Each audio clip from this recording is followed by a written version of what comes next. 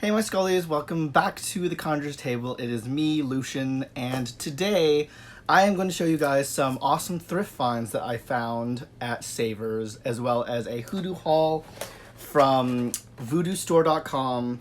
And I'm also going to talk to you guys, as I promised 2 episodes ago, information on Ancestral offerings, and we're going to talk a little bit about graveyard etiquette. Also, one thing I want to show you guys is I am also today going to be posting up a video, a pre-recording of how I am going to make a figure veritas. Now, a figure veritas pretty much is Latin for a poppet to promote truth from someone. So it's not going to look exactly like this. It will kind of be something like this. But this little guy here, I made myself. He's made of clay and just black paint. Sorry, I forgot what the hell it was called. Who's here? Hi, Papa Squirrel. Hi, Brian. Hi, Michelle. Hi, Dawn. Hi, Trish.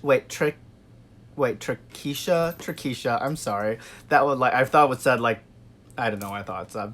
Hi, Lady Darkstorm, Rosie. I just remembered your name. Sorry, it's been a while, guys. Hi, Diane. How are you? Ha! I got right this time. And hi, Besete. So yeah, this is one of the voodoo dolls that poppets I created, made of clay. And if you guys are curious, I just used simple oven-baked clay. The sculpty clay is pretty much what I used to make him. And I have a little secret on how I got him to be like this. Because trying to work with clay and get it to this kind of form, I used a little technique to actually create the outline and then did something with the clay afterwards. So I'll show you on another video right after this how I make that. So, hello Shadow Witch. Let's get started, shall we? So, let's do the package first. So this is a package I received from VoodooStore.com. And actually, guys, after the video, well, I don't need to do it because I already put it in the descriptions. I put a link down for you guys to go check out VoodooStore.com. They have a lot of cool things. A lot of herbs, oils, powders, a lot of things. And it's a really, really cool store. And what's inside, you ask? Well, let's see. Oh, it's nothing! Why is there nothing? It's because my cat was trying to get at the box and he already tried to rip it up. So I already took all the contents outside of it. So the first thing I received from them that I bought are these little bags of jobs tiers. There we go, now you can see. And they're just these little tiny seed looking things that are in little teardrop shapes. So I got 3 bags of them. Now, ooh, and it has a little description. So jobs tiers are used to grant wishes by carrying these 7 seeds in your pocket for 7 days, then throwing them in a river without looking back. Or it doesn't have to be a river, it can be anything that is flowing away from you. So technically, I guess if you want to clog up your drain, you can throw it down a shower drain or a kitchen sink drain. But it's anything that has moving water. And then in 7 days, it said that your wish is to come true. And that's what the 7 job tiers are for. Hi, April. Oh, just kidding. Hi, October. Hi, Jez. Hi, Heather. So the next is I got some Low John root. And Low John is also... Oh, jeez, this cat. Psst, come on. Low John is also called Galagnol, Chewing John, Court Case Root, Little Chewing John, and Wild Ginger. And it's used for favorable outcomes in court and for power and for protection. So that is the reason why I got Low John. And there's many different Johns. There's Low John, there's High John, the Conqueror Root, there's Southern John, the Conqueror Root, and each one actually has somewhat of a different purpose. Most of them are kind of the same, but Little John, this is Little John. Oh no, Low John. Oh, there's also, wait, is Little John the same thing? Yes, it is. So Low John is, yeah, used for favorable outcomes in court, power, and for protection. Oh, is Mama Squirrel here? Hi, Angela. Hi, Mama Squirrel, if you're here. Okay. And, oh, I lied. So I got 7 packets of them. Oh, 4. Wow, I can't count. So, from VoodooStore.com, I also got some oils. Now, most of the time I have, like, essential oils because I love to create my own. But sometimes, depending on what I'm doing, I don't want to take, like, a million years formulating an oil and then a million herbs to go into a huge ritual. And sometimes I'm like, I just got to get it done now so I can let this cook for a couple of days. So I did get a couple actual oils, and they're already pre-mixed. So they're like, what's the word, you guys? I always forget it. Not base, not... They're like pre-made oils. So, and these ones are so cool, guys. I can't wait to show you. Hold on, let me just, like, open these. What is my cat doing? Is he being stupid over there? He probably is.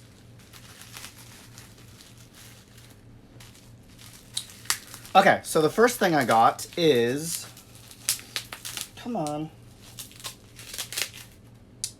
Crown of Success oil.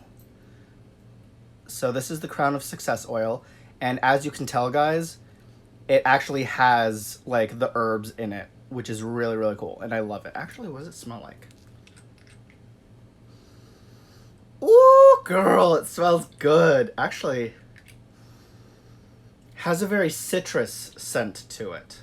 So this is the Crown of Success oil.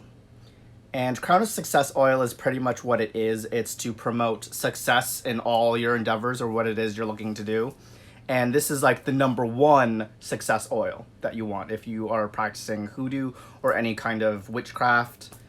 Well, actually, it's more of hoodoo. I don't know if you guys use this in witchcraft, but this is an awesome oil to use for success-related work. And then next I got Fiery Wall of Protection. In hoodoo, this is the strongest form of protection when it comes to oils. Fiery Wall of Protection, I actually have my own version of it, but it consists of 13 ingredients in it. And as you can see, when I shake it up, it has the little herbs floating around in it. It's so cool to see.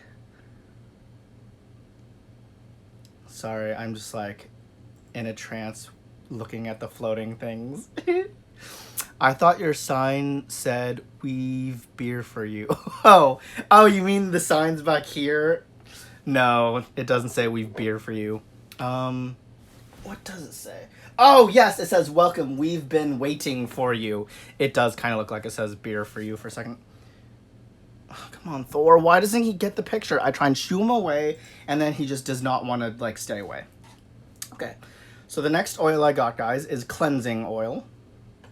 And as we all know, cleansing oil... Oh, wait. Do they have watery wall of protection and windy wall of protection and earthy wall of protection? No, they don't. It's just fiery wall of protection. And mostly because when you think about it, fire... If you create a fiery wall, nothing's getting past it. Well, actually, I guess you can't really get past a earth wall either, unless you're an earthbender. And you could kind of get past a windy wall, maybe, unless you're like shot up in the air like Mary Poppins and have your like your little umbrella so you land safely. And watery wall of protection, you probably could get past it if you're a good swimmer, possibly. But no, I think out of all of those elements, fiery wall of protection is the best against attacks. So of course, as I said earlier, this is just cleansing oil, and it does what it does. Not much of a description for that. It's to cleanse. And then, elemental power. Exactly, guys. Hi, Denise. How are you? Just going through what I got from VoodooStore.com. So, guys, I also got Court Victory, and it kind of arrived... Well, actually, it didn't arrive a little late, because when I was going to go do my hearing for my name change, I initially ordered this, and it was supposed to arrive on time. But, ooh, my cat, sorry. It ended up arriving a lot later because apparently what... excuse me. What happened was they received a bottle of the powder and not the oil by accident. So that messed up the entire order, and they were like, we had to reorder the actual oil, and then they had to wait for it to arrive, and then they finally shipped it. So that's why it took like a freaking month to get here. But most of the time when I order from VoodooStore.com, it only takes like a week and a half to arrive. So, why did I say I needed this? Oh, for my hearing, which I actually pushed back until December for now. And then when it comes to that, I'll probably push it back a little bit further because my dad did bring up a good point. He was like, what's the rush in changing your name? So we talked about it, and I was like, yeah, I'll give it like about a year to see if I still love the name, and if I still do, then I'll maybe change it legally. But to make sure that the judge did grant me permission to change my name, I was going to use a little bit of court victory oil. So that's the reason why I got some of that. Mer people. Are we still on the underwater elements, guys? So the next thing I got is Better Business Oil. And all the oils that I've got from them actually have the herbs in them, which I absolutely love. Because a lot of the times I see that people actually take the oils and they strain out all the herbs. I actually like it when the herbs are still in there. Plus, because I know to me, it just feels more authentic. Because sometimes when you get a vial of an oil and it just has like red in it or purple in it or blue in it, I'm just like, okay, did they just put like olive oil and some red dye in it? So you never really know. But with them, I know it's authentic because they actually have the herbs floating around inside. Better Business. So, I mean, I don't really need to explain what that's used for. It's to help promote better business. So I actually, because my workplace at the salon is suffering, it's slow as dirt, I actually might do a video on how to do a Better Business gree bag charm with that. And then next I got Spiritual Balance. Hi, Tange. So Better Business, oh no, just kidding. Spiritual Balance is what it's for, Spiritual Balance. And I'm actually glad this arrived in time because Dave and I have been talking a lot lately the past few days just about Dave. Well, I mean, we talk about each other all the time. But the reason why I got this was specifically for us because a lot of the time we feel that our energies are very like all over the place. I'm naturally like an uptight person. All my guards are usually up. I'm always like 24/7. But lately, Dave said that he's been feeling very down and that his spiritualness is like somehow blocked. He's like, I just don't know what's going on. I feel like I'm lost spiritually. So that's why I'm actually glad I got the Spiritual Balance oil because I can create a charm for him so that it'll help to kind of reawaken the spiritual side of him that he feels that he's kind of lost a bit. Yes, honey, that will help you both. I know, that's why I'm so glad I got it, Mama Squirrel. And then I showed the Low John Jobs Tears, and then the final oil I got is Healing Oil. Now, as you all know, with Mama Squirrel, I got Reiki certified for level 1. I have been in the process of continuing that further with education, and I actually have a friend who is a Reiki master that has been teaching me here in Rhode Island, and Dave and I actually both got our Reiki level 2 certificates. Yay us! Actually, here, I'll show you. So, hold on, it doesn't want to come off the wall. Okay. So here is my Reiki level 2. Give me some time to practice, pretty much, before I start doing Reiki level 3 and then master. But the reason why I got the healing oil, wherever I put it, where did I put it? I literally just had it in my hand. Come on. Oh, it's right here. So the reason why I got the healing oil is because I can now do distance Reiki. I can do regular Reiki. I can do beaming. But the reason why I got that is because I have on my Marie Laveau altar a little healing box. I don't know why I'm doing this to represent a box, but it's a box that opens up. Inside it, I put my petitions, close up the box, and then on top, I have a blue candle that I light that has a healing sigil that I created on top. So what I can do is dress the candle with a little bit of the healing oil now, to help promote healing, Reiki healing to anyone who wants Reiki healing.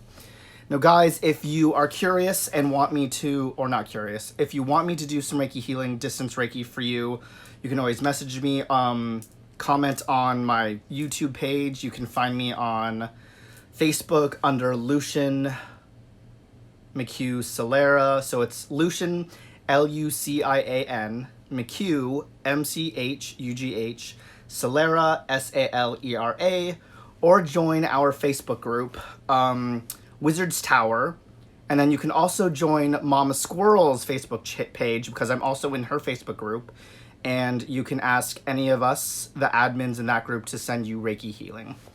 Mama Squirrel or anyone that's actually in our group, if you want, you can post the link in the chat there, so they can also find you. Oh, and not take a breath. So, as I continue right along, instead of taking a breath like I should have, that's what arrived in the Voodoo store. Jobs tiers and some Low John root. Okie dokie. So, moving right along, I am now going to go into the thrift haul that I received. Or I didn't receive, I found all these things, so it's not really receiving. So the first thing I got, actually let's do it by this, from Savers, and another jar similar to it. Actually, I think I got 3 jars, and it's just to put my herbs in, nothing too, like, amazing. But, as a witch, witches and voodoo practitioners still love to go to thrift stores to find these jars to put their herbs in. I have, like, so many herbs, and I'm still trying to put them in bottles. So the thrift store, guys, if you do not know, is an amazing place to find anything witchy related. So, of course, I had to get some jars for my herbs. And, oh, just another jar.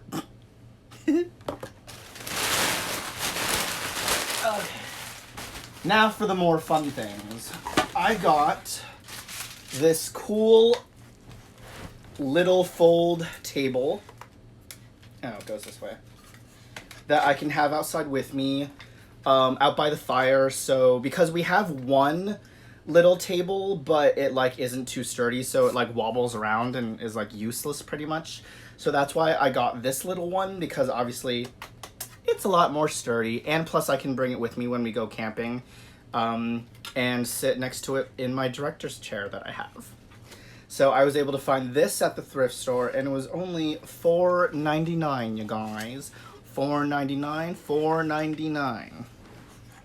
And it just folds like that. So I found that. Spray painted purple. Actually, I don't know. I kind of like the color it is. I might keep it as it is. Or what I might do is actually draw some sigils on it in different places. So that'd be really cool.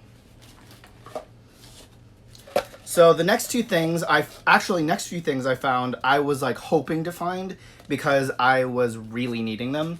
So I was going to be making some more money rice, and for those of you who are new and did not know, the previous episode I made money rice. Now, I actually was on YouTube because I love to still watch other people and see what their variations on different recipes are. I found this guy that made a version that he had 3 different large bowls like this, that had rice in it, and he actually made the rice 3 different tones of green. So that's actually what I'm going to be doing today after this video, letting the rice kind of dry with the food coloring. In while that's drying, I'll be making my figure Veritas. But so I got 2 large bowls. I'm so happy. Peekaboo! But no, I'm so glad that I found them because I really wanted some large bowls and I found them. And it's weird because they're pretty much the same. The only difference is they're 2 different colors. Oh, never mind. They're the same price. I thought they were different prices. Just kidding. They're the same price. They were only $149 each. How's Ron? Yes! How is Ron doing? Okay, what are you doing, cat? Go away. Okay. Next, I actually was super thrilled about this, you guys. Why do you color the rice green? Jezebel, the reason why is because in Hoodoo and sometimes I think in Witchcraft, green represents money, prosperity, luck. Oh my god, sorry, hold on. My cat just does not know when to stay off the couch. Oh, there goes my wallet.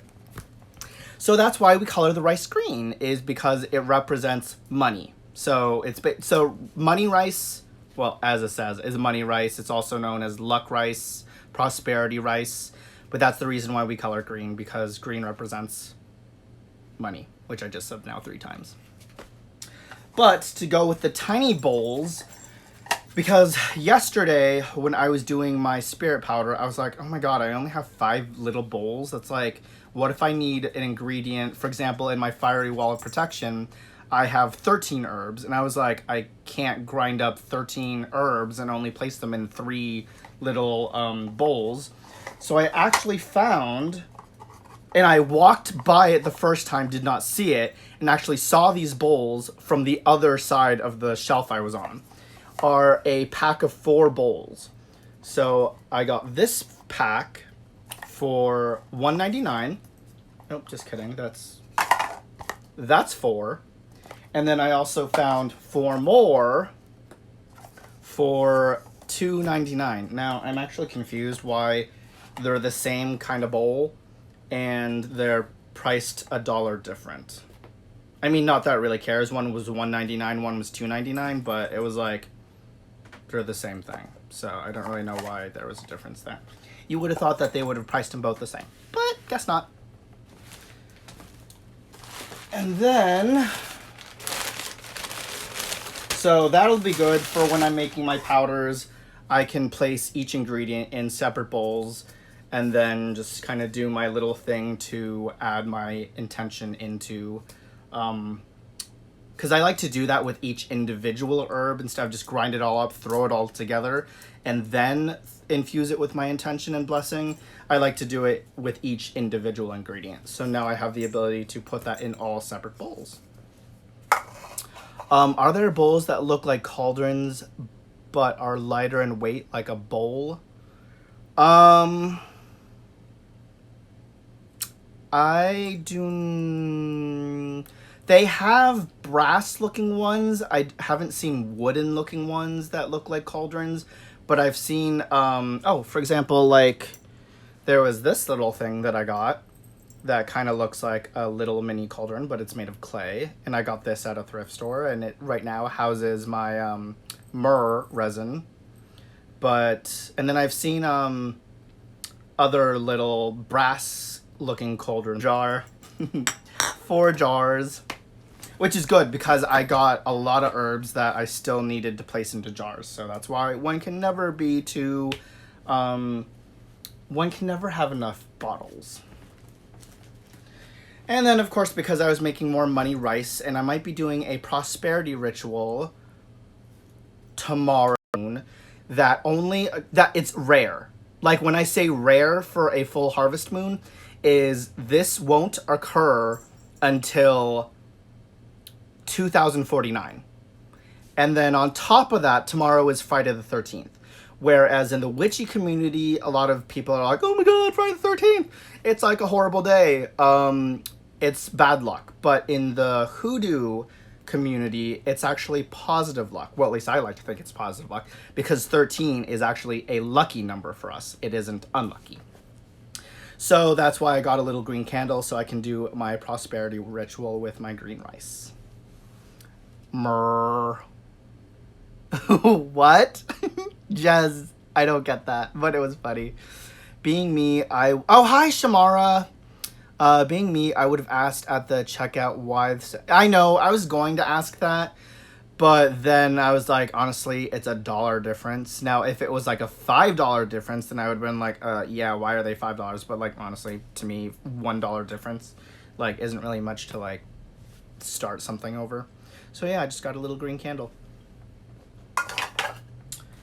And then next, I just got this big bag of orange candles and purple candles and pink candles, which is awesome because I can use the little purple votive candles for any psychic work.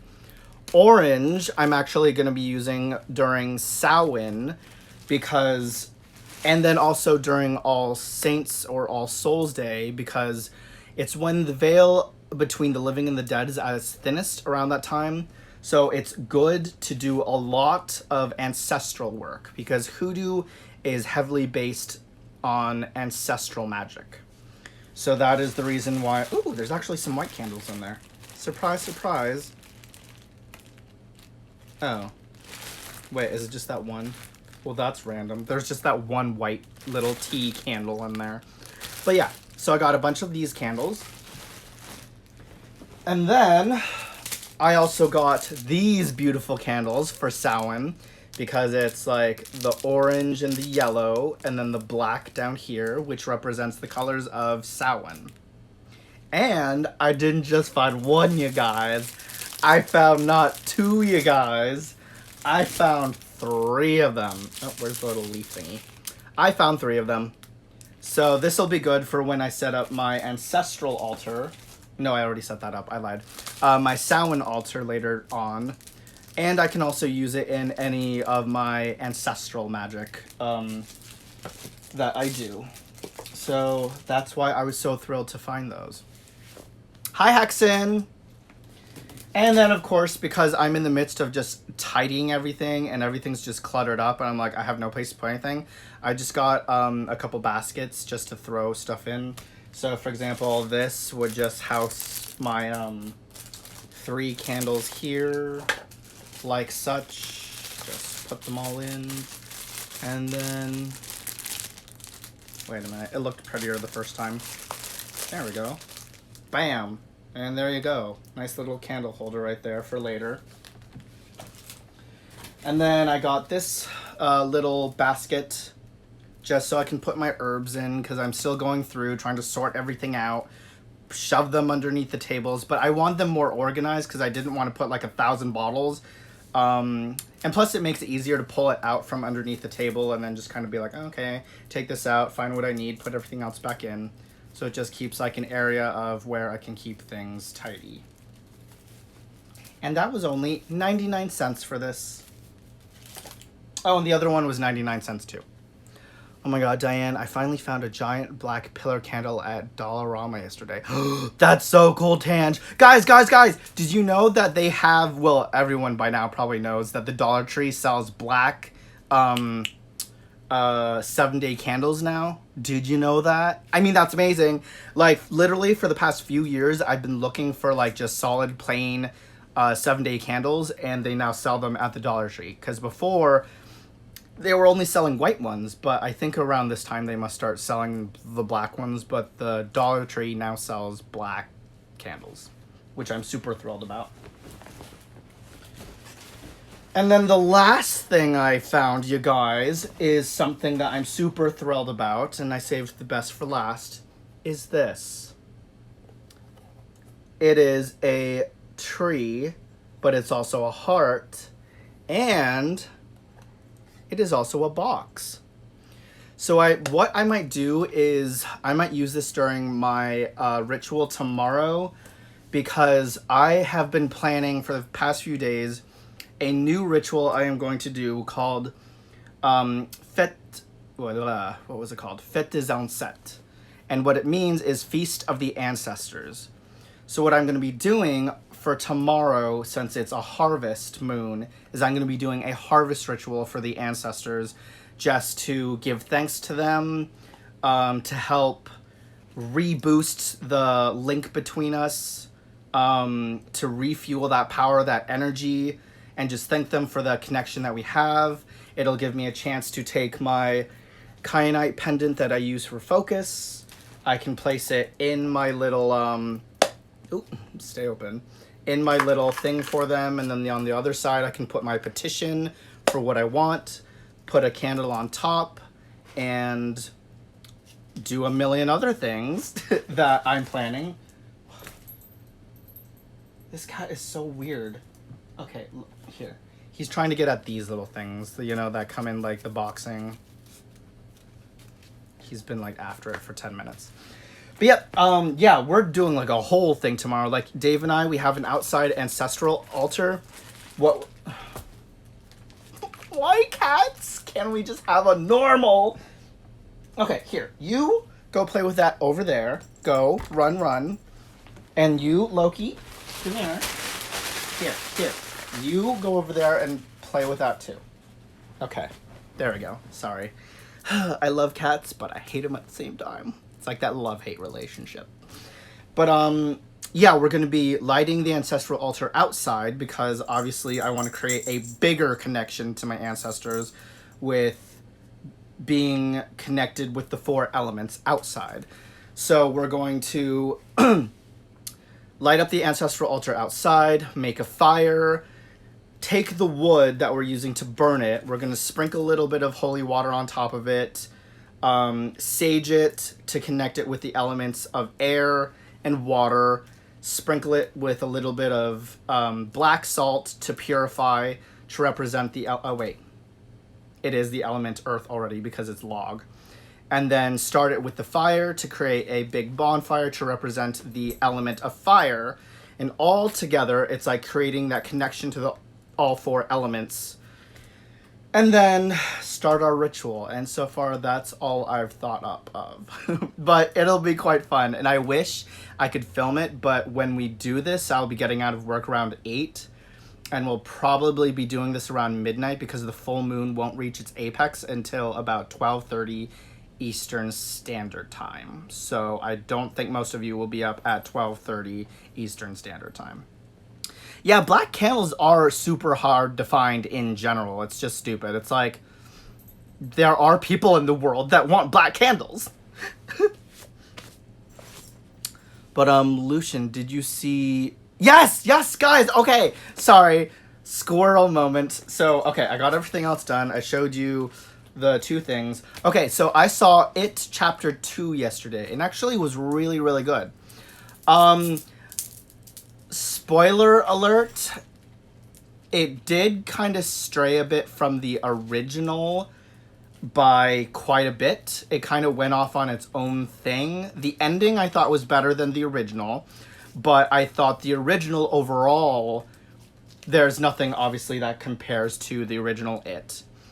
But yeah, yesterday it was just kind of like, it was still a good movie. I would suggest seeing it. There were funny moments in it. There was sad moments in it. There was moments when I was just like, okay, well, this is awkward moments in it. But overall, It Chapter 2 actually was a really, really, really good movie to see. And I recommend seeing it, guys. So be prepared to sit for a 2-hour, actually almost 3-hour movie. Rosie Hun, what are you changing it to? Hold on. Rosie, are you changing your name on YouTube, or what are you changing? I didn't quite see it. Keep some secrets to stay safe in ritual. Yep, exactly. Anaya? Oh, that's a pretty name. Anaya. Or is it Anya? Right, it's either Anaya or Anya. That's what I think. Yeah, right? Like, yeah, the new version of It's Clown was creepier, but honestly, Tim Curry's version was just creepier too. So, oh, hi, Lisa. I forgot to say hi to you when you came in. And hi, Tammy Pie. So, let's move on. I showed you guys, for those who just came in, I already showed my thrift store finds. I showed my Voodoo store finds. I talked a little bit about tomorrow's massive energy event being a full harvest moon, a rare occurrence, as the next one will not occur until 2049. On top of it being Friday the 13th, not 14th, Friday the 13th, and what my plans are for that. So, Anya. Oh my god, that's such a pretty name. Oh, and I don't know if any of you watch America's Next Top Model, but there was a contestant on it. Her name was Anya. She was full of vitality, and she had a really weird accent, but she was super pretty. I think she was the gorgeous, most prettiest one of her cycle. And she had platinum hair that was chopped right here, and she looked gorgeous, like supermodel. And her name was Anya. So every single time I see that name, Anya, Lady Darkstorm, that's what I'm going to think of, is supermodel Anya. Actually, that's just what I'm going to start calling you, is supermodel Anya. Saturday. Anyone see... Oh, wait, there's a funny 80s movie called Saturday the 14th. That seems funny. I would definitely watch that. My cat's so weird. I'm sorry, guys. Just like laying on top of the couch right over there. He's so weird sometimes. Okay, no problem. Bassetti, thanks for stopping in. Okay, guys, so let's talk a little bit about ancestral offerings, because I know a lot of people have been talking to me and they're like, so I have an ancestral altar set up, but I don't really know what to put as an offering. So, for example, on my ancestral altar as a basic, I suggested that when you're starting off and you're not really sure how to set one up, you definitely need to put a white altar cloth. You need to have a couple of glasses of water, a couple of things of lights, or candles, maybe some incense, pictures of your ancestors if you have any. If not, that's okay. I put graveyard dirt on mine to represent the earth and the connection that we have between each other, because they are those who came before me and walked the path before me. So that's what the graveyard dirt symbolizes. It represents the dirt from the path that we walked across or walked along, and then the grave of which they reside. So it creates that connection between both. Now, as actual offerings on an ancestral altar, it really depends on your ancestors, because everyone's ancestral altar is going to be completely different. So what I put on my ancestral altar will not be something that's similar to everyone else's, because everyone has different cultures, different backgrounds, ancestors liked different things. So as a basis, I would say put foods down that they liked in life. So, for example, my ancestors, even though I didn't really know them, I was adopted from the Philippines, but being Asian, girl, I love my rice. I know my ancestors probably loved rice. So I put rice as an offering to them. I put some water, of course. I put some alcohol because, you know, everybody loves alcohol. So I assume that my ancestors may have liked alcohol in their life. And honestly, it's pretty much, an offering can be anything from food that they liked to things that they liked to drink as well, just as a basis. And everyone has different likes when it comes to what they eat, what they drink. So it's really just doing your research and trying to figure out what it is they might have liked. Now, if you're unsure, then that's where putting water down as an offering for a drink is staple, because a lot of people drink water. If you don't drink water, you pretty much are dead, because you can't really survive without drinking. Well, actually, I don't know. Could you survive without drinking water? Probably not. But everyone drinks water. We're made up of water, so that already creates a connection worldwide across all cultures. as an offering. And then really it's just putting down anything else that they may have liked, from jewelry to putting down money as offering if you want to, because I know in the Chinese tradition during the Hungry Ghost Festival, they like to burn money as an offering to the ancestors so they have money in the afterlife. Hi, Amethyst Moon. Hexen. Yep. Oh, yes, flowers. Durr. Flowers you can put on your ancestral altar. Cologne, things that they may have worn. Hey, if they have a t-shirt, you could fold up the t-shirt, put it on top of the altar.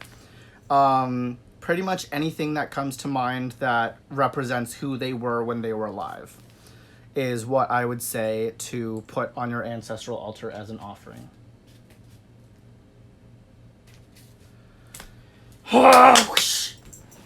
This cat is like so obsessed with this thing. Thor. Go.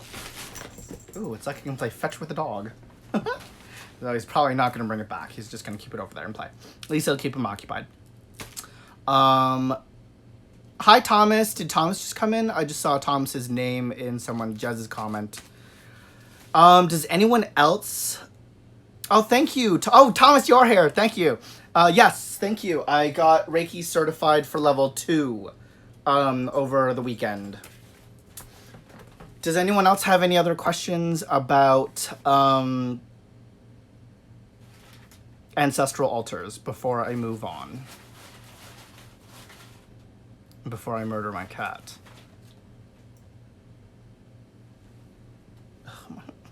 Weird. Not even eaten yet. Took me a long time. Oh God, McDraw. That's why, girl. Oh, bye, Tange. Thanks for stopping in. That's why I never, ever really order or drive anymore. Girl, I just use like Uber Eats. I use Grubhub. Girl, I don't got time to go drive out. I order in. I had a dream my dad wanted house shoes, so I went and bought him some for his altar. That's fantastic, Dawn. Exactly. Another thing is, guys, ancestral spirits will guide you to what they will want. So, for example, when I'm at the thrift store and I'm walking by, I will get a weird buzzing feeling that vibrates all throughout my body when I'm nearing an object that I know they want. So... And then sometimes, even when I'm rearranging my altar, I will put things in certain places and then I'll get this wave of a feeling like, oh, okay, that's not right. So then I'll rearrange it. And then once I know it's in the right spot, I'll get a different feeling, one that feels more euphoric. And I always know when they're around is because it's just this massive surge of energy that just like fills my entire body. So yeah, just let the ancestors guide you. They know what they want, what they like. They will know if it's what they want on their altar. And don't second guess them. Do you petition specific ancestors or just the ancestors as a whole?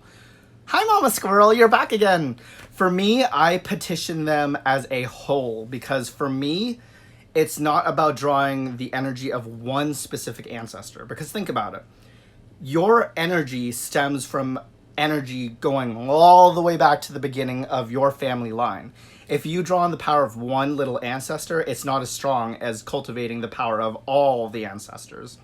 So think about having like an entire line standing back behind you with their hand placed, one ancestor's hand placed on your shoulder, and then all the ancestors place their hand on the ancestor of the one before them. It's creating this massive link, this massive energy force. So that's why, for me, I call them the energy of all the ancestors around me. Plus, because it's like, I don't really like to play favorites with my ancestors, so that's why I'm not going to be like, yo, Jim, come and help me out today. Hop on up. All the rest of the other ancestors are going to be like, why'd you pick Jim today? Why? It's Beth's turn. She should be the one. It's like, yeah, but I like around and the snake skin was just... Oh! You found snakeskin on the side of the road, Hexen? That is awesome.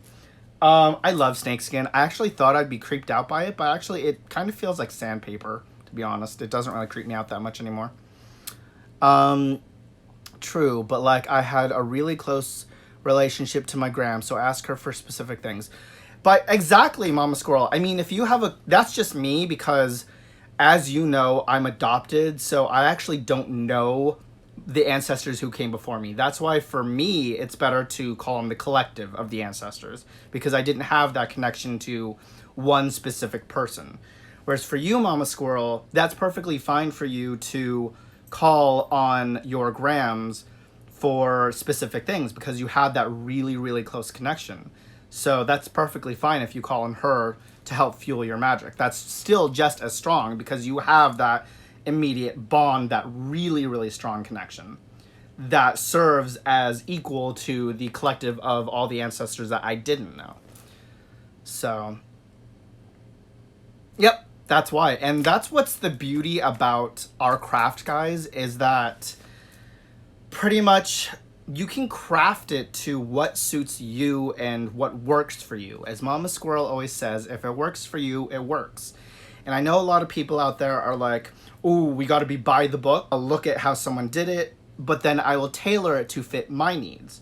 So, for example, with the Fiery Wall of Protection, it had 13 ingredients. I still kept to the basic 13 ingredients, but I took a couple ingredients from it, took them out, and replaced it with something that was still correspondent to those herbs that I knew I had. So therefore, I'm still keeping the basis of the Fiery Wall of Protection, but I'm putting my own twist to it. And that's the beauty of magic. A lot of people forget that magic is energy. It's energy that we manipulate and make it our own. So people can't constantly tell you like, oh, you're doing that wrong. Well, how do you know I'm doing it wrong or right? Because magic is just magic. It's not there to be controlled by certain rules. What creates those rules are the people behind it that control that magic. So it's up to you guys to figure out how you harness your own magic, not other people to define who you are. Almost forgot to give... Oh, thank you, Heather. Yes, guys, hit the like button. Okay, so now, before I move on, any other questions about ancestral things? If not, I'm going to hop into... Okay, yeah, no problem, Anya. That's perfectly fine. Any other questions? If not, I'm going to... Where's my bloody book? Oh, here it is. I'm going to talk about graveyard etiquette. Now, I had been reading a book, or a couple different books, on graveyards, because I do a lot of, as I said, ancestral magic that requires the use of graveyard dirt. Now, I get a lot of people asking me, how do you go about collecting graveyard dirt? Is there a specific way to do it? How do you do it? How do you, like, what happens if you become possessed? Everyone's always worried about, like, ugh, is there a proper way? This kind of slightly contradicts a little bit what I just said about doing things your way. So what I'm going to tell you are several different ways of going about collecting graveyard dirt from a grave. Because as you know, there are certain rules you at least should know about collecting graveyard dirt and what to do when you're in a grave. Because it's not as simple as going into graveyard, taking dirt, and thinking everything's going to be okay. Because if you don't follow the at least guideline of what I'm telling you, then that might end quite badly. And the reason being is because, as you know, in graves, there are many different spirits that reside in a graveyard, ranging from grandmothers to children to husbands to the more insidious of criminals that reside there. Spirits who are on your side will do what you want them to, and then other spirits who may have more, who think playing tricks on you is fun by saying, yeah, I'll do what you want, but have a more insidious agenda, and you might end up bringing the wrong spirit home with you. My cat just shoved his head in a box. Oh, okay. You heard that and took your head out the box. Okay, come here, Thor. Let's say hi to everybody. Okay, so Thor's gonna make an appearance. Actually, I'm making him. This is my kitty, Thor. He's such a little butt. I love you. Fritz is my bratty kitty. I love him so much, but sometimes he's a little butt. Okay, so let's get started on graveyard workings. Did I just go way past it? I think I did. Yep, other way. Okay, so the graveyard. Popular to contrary belief, not all graveyard dirt is death work.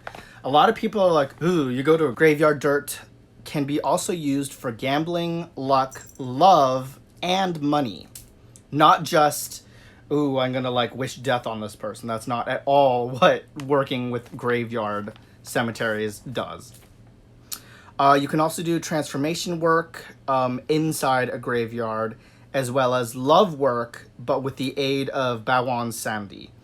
Now, in Hoodoo, we have the Loa. The Loa serve as the intermediaries between us and God. Now we have Bawan Samdi, who is one of the many Loa. He is the spirit that resides over the cemetery. He's like the head honcho with his wife, Maman Brigitte. Those two, put it this way, are like the king and the queen of every cemetery, because every cemetery has their own Bawan, their own Brigitte. And then within that, underneath, we have the Gede, and underneath them, we have the ancestral spirits and all the other regular spirits of the cemetery. So, the most important rule is to always greet Bawan Samdi when entering the cemetery, because it's his domain. You don't want to piss him off by just walking right in without saying hi to him first. Because it's like, how would you like it if you were home and your best friend just walked into your house and they just went up to your kitchen, started making food? You'd be pissed that he, A, didn't say hi to you, and B, didn't knock first. So it's always important to say hello to the Bawan before you enter the cemetery, because it's his domain. You always want to ask his permission before doing any kind of work in the cemetery, because, as I said before, it's his domain. It's just polite to ask if you can use the cemetery for your purposes. Most of the time, if not all the time, he will grant you that permission, and he'll be like, yes, that's fine. Do what you need to, as long as you have asked his permission. Oh my god, come on, Thor, let's go.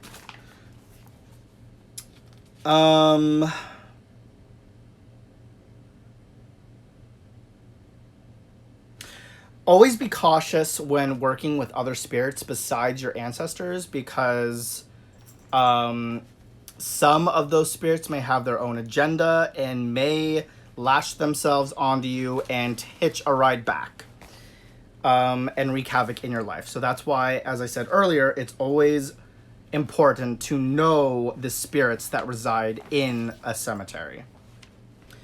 Because the cemeteries, as we all know, holds a tangible link between us and the world of the dead.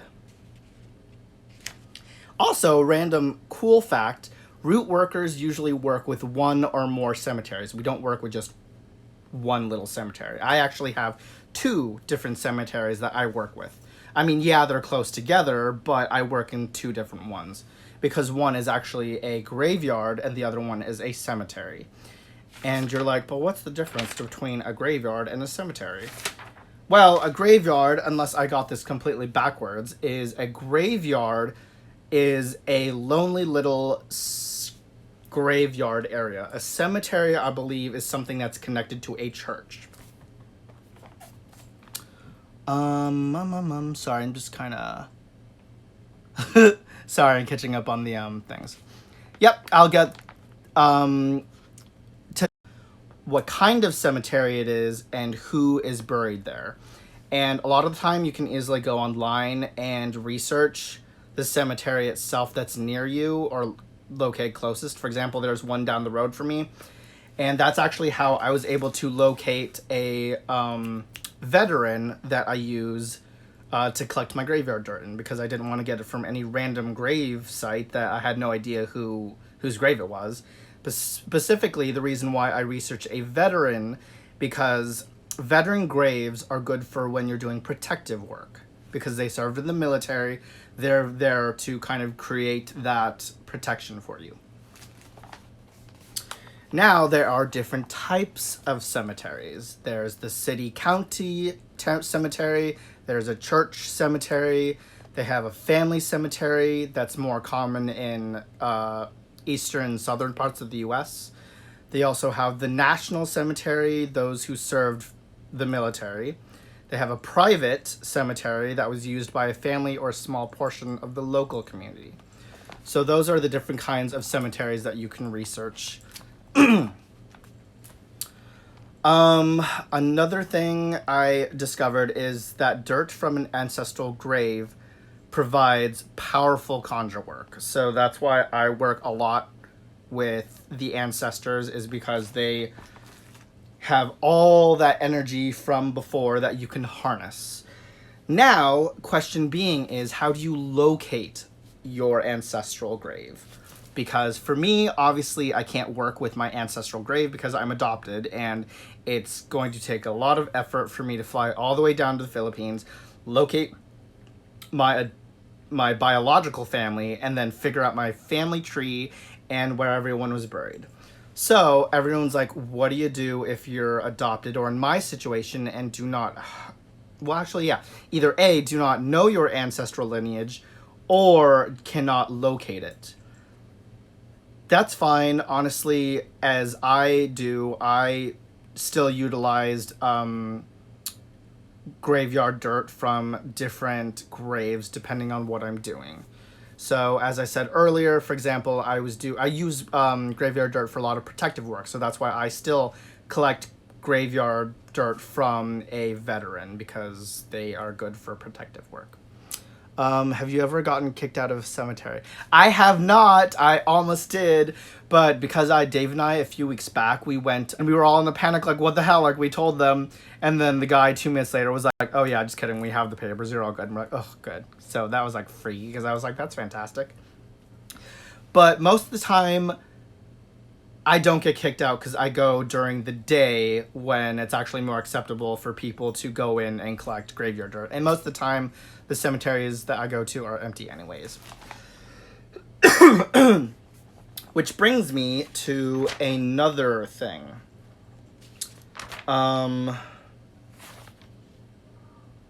So gravestone rubbings actually can serve a great purpose. They can be used, they can be kept in the same jar as your graveyard dirt. You can place it under a lit candle and call upon the spirit that helps to create a link to the spirit of the graveyard you took the headstone grave rubbings from. Ooh-doo-doo. Sorry, I'm just looking at all my notes I wrote up here. So, graveyard etiquette, which is pretty much what this whole topic was about. So, number one, you don't ever want to step on any graves because that's disrespectful. You're pretty much stepping on the dead, and even the dead don't like to be stepped on, as I don't think you would want to be stepped on when you're alive. You don't want to sit on any tombstones. You always ask the spirit of the grave that you're taking the dirt from permission to take it. You don't just go in and take dirt and think that's okay, because they will be pissed at you. You always want to leave some offerings for them, whether it's flowers, some rum, some coins as offering, or something baked even if you wanted to, if it's like your ancestral grave. Never leave behind any trash, because as you know, the trash that we leave, if you leave any, which you shouldn't because that's disrespectful, because that still serves as a link for other spirits to take hold of you, because it's something that has your essence on it. So unless you want to be possessed or pretty much like have a spirit hitch a ride back with you, I wouldn't want to leave any trace of you behind in the cemetery. Always greet the gatekeeper before you enter. What's Mom's squirrel say? Witchy tip: if you get busted stealing graveyard dirt from nosy grave diggers, immediately burst into tears and find the nearest grave and fall over it in trauma. Wail loudly and they will leave you alone 99% of the time. Oh gosh. I'd probably just run. I'd be like, just kidding, and run. Treat, as you all know, important thing, if you get a bad feeling right away in a cemetery, leave right away. Do not hesitate. Do not stand around waiting for that moment to pass. If you get a bad feeling in the cemetery, trust your instincts and leave, because there's pretty much a good reason why you're feeling that feeling. Always treat spirits with respect, whether it's the guardian of the graveyard, the deceased, even the psychopomps. What's a psychopomp, you ask? It literally means guide of souls. So they're creatures, spirits, angels who escort newly deceased souls from Earth to the afterlife after they've passed away. And some examples of some psychopomps show up in the form of horses, deers, crows, dogs, ravens, and even little tiny sparrows, like in Chilling Adventures of Sabrina. It may be a fun little film project. Do some cheesy film with vampires in a graveyard. You could use it as an excuse to gather graveyard dirt as well, right? Okay, which brings me to entering and leaving a graveyard. So there are actually different ways to enter a graveyard. You can stand at the entrance, ask permission, and then pour some rum on the ground 3 times. So you take your rum, pour it 3 times on the ground, and enter. You can either knock 3 times and ask to enter, or you can leave 3 pennies at the entrance and enter.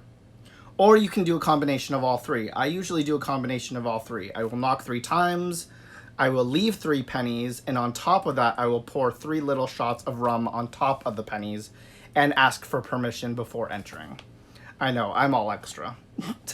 But hey, if I want work done, I want to make sure that Bawan and the gatekeeper are, they're well taken care of, you guys.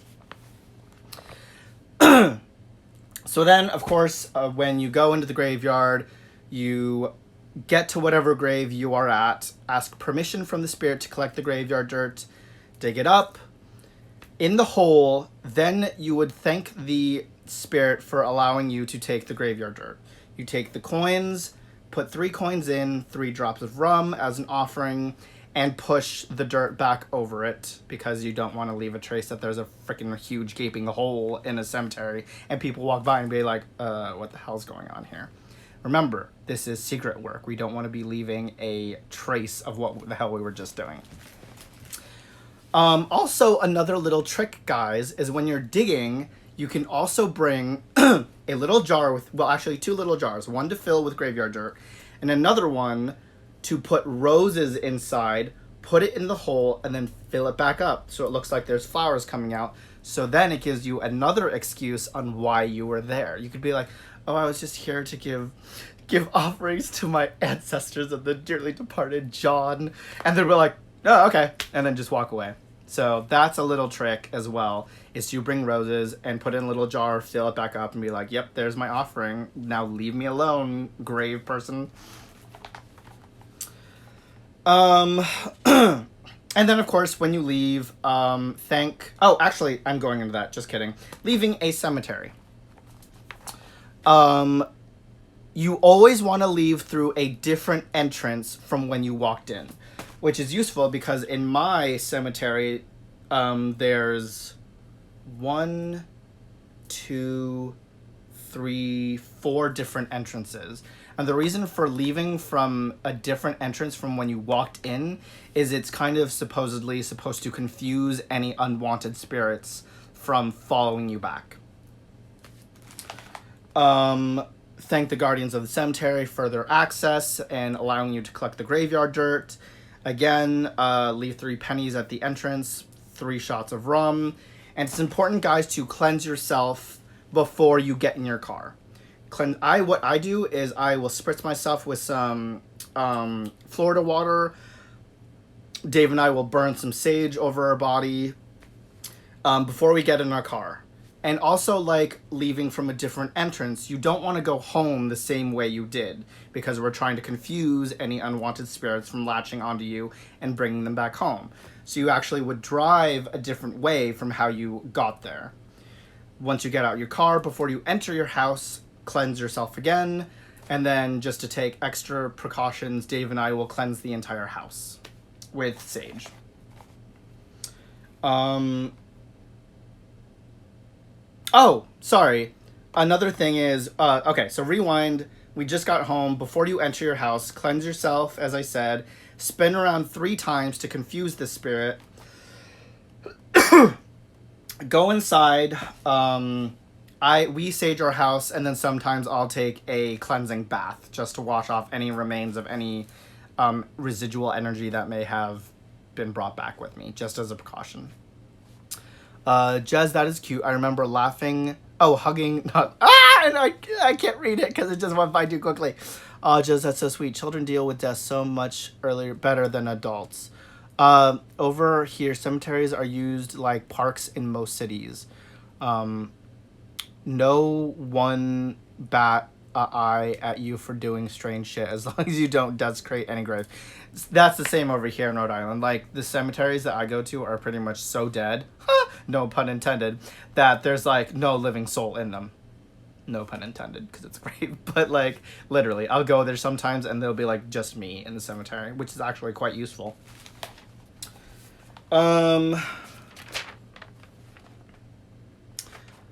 So, collecting dirt in secret. You want to go to a cemetery that's frequently used.